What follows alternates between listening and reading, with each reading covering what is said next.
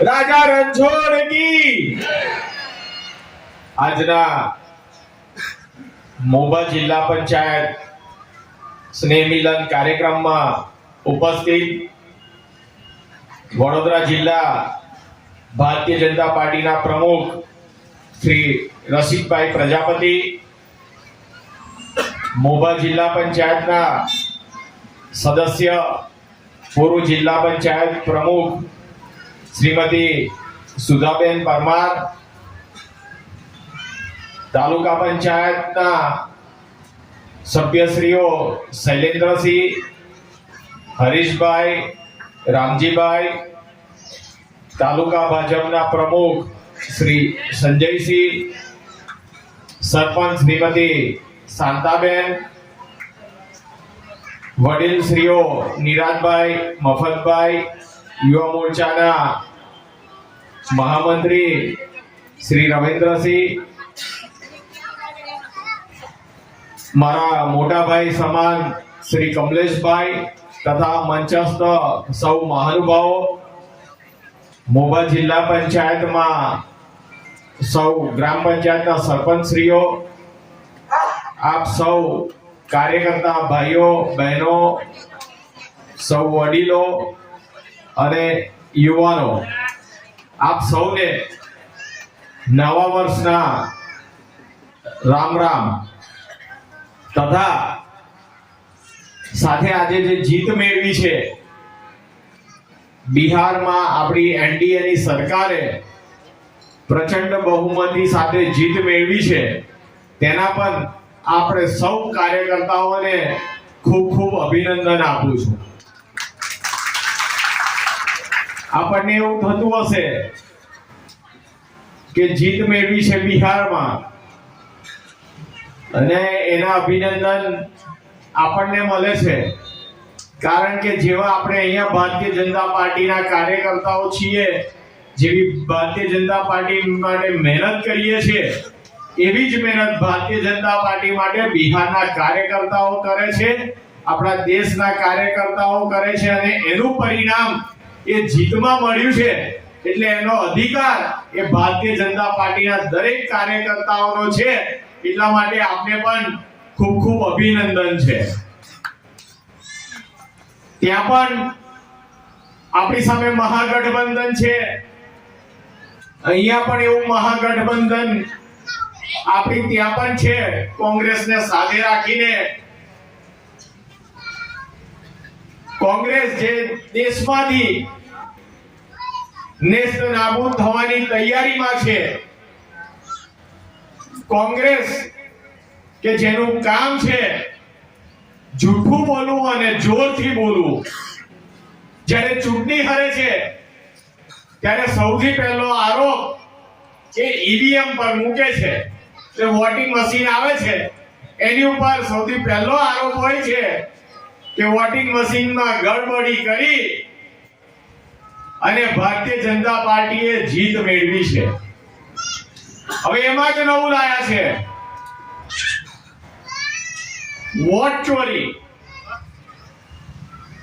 કોંગ્રેસ આરોપ કરે છે, જેવું મેં કીધું કે જૂઠું બોલવું અને જોરથી બોલવું, એવી રીતે વોટ ચોરીના આરોપો મૂકે છે.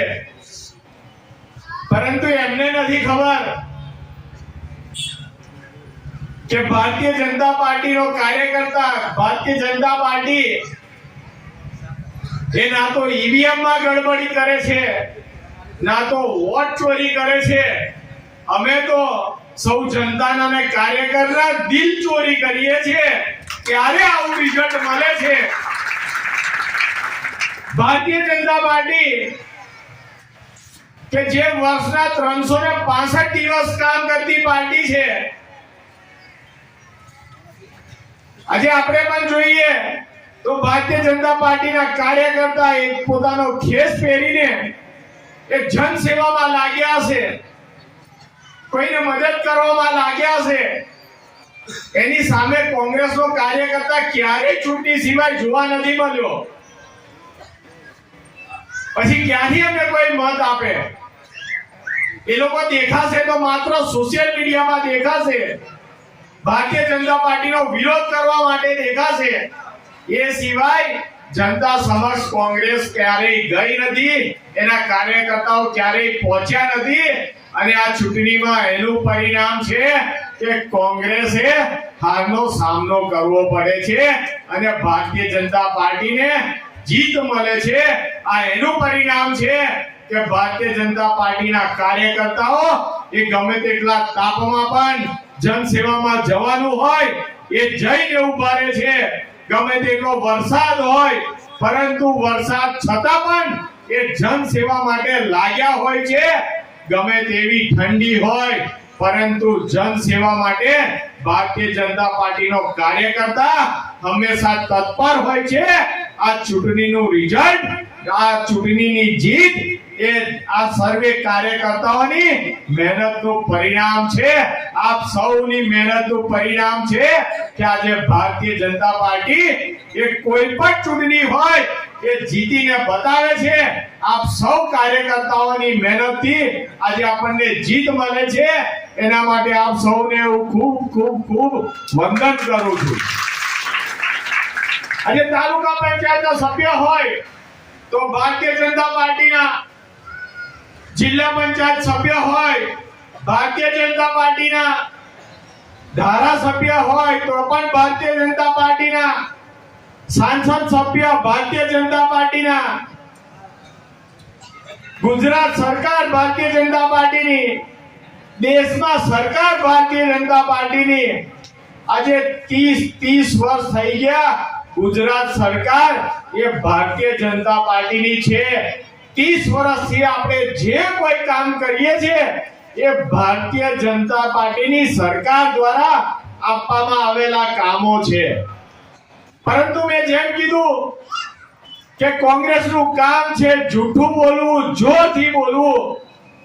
આજે આપણે પાદરામાં પણ જો કામ થતા હોય ને તો ભારતીય જનતા પાર્ટીની સરકારોને આભારી છે.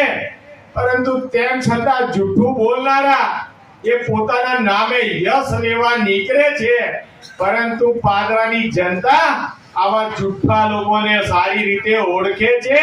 એનો દાખલો આપી દઉં તમને. વર્ષોથી આપણો પાદરા જંબુસર રોડ કે જ્યાં ઘણા બધા અકસ્માતો થયા, જવા આવવામાં આપણને તકલીફ હતી, 2 લેન રોડ હતો જેના કારણે અકસ્માતો થતા હતા. આપણા પરિવારના સભ્યો આપણે ગુમાયા છે. અને જ્યારે કોંગ્રેસના જુઠ્ઠાઓ શાસનમાં હતા, જ્યારે જીતીને આવ્યા હતા ત્યારે તો એમને રોડ ના કર્યો. જો બનવું હોત તો કોંગ્રેસના જુઠ્ઠા લોકોથી આ રોડ કેમ નથી બન્યો? જ્યારે જસ લેવા નીકળે છે કે આ રોડ કોંગ્રેસે બનાવ્યો છે, ત્યારે અત્યાર સુધી કેમ ન બનાવ્યો? એ મારો આ જુઠ્ઠા લોકોને સવાલ છે કે અમારી પાદરાની જનતાના અકસ્માતો તમે કેમ થવા દીધા છે? તમે આ સત્તા પર હતા તો તમારાથી કેમ રોડ નથી બન્યો? અને તમારા કારણે અમારા પાદરા તાલુકાની જનતાના પરિવારોના સભ્યો ગુમાવવાનો વારો આવ્યો છે. અને આ જૂઠા લોકોથી નથી બન્યો ને, એટલે જ્યારે તમારા